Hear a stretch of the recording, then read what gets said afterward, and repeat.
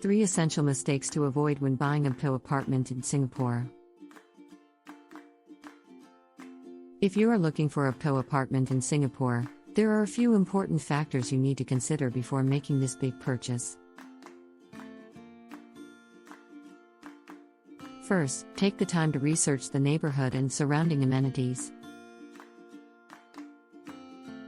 This means looking at the local schools, shops, restaurants, parks, and local transportation.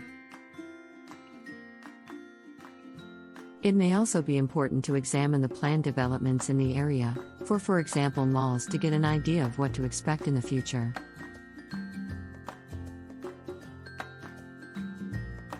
Second, consider your budget.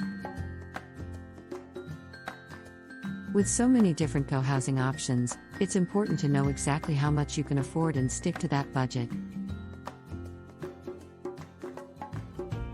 Also, examine the different loan options available to you.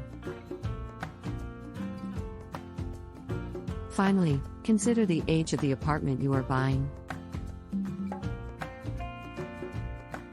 While some apartments may be a bit older, that could mean a lower price. However, it is important to realize that repair or renovation costs should also be factored into the budget.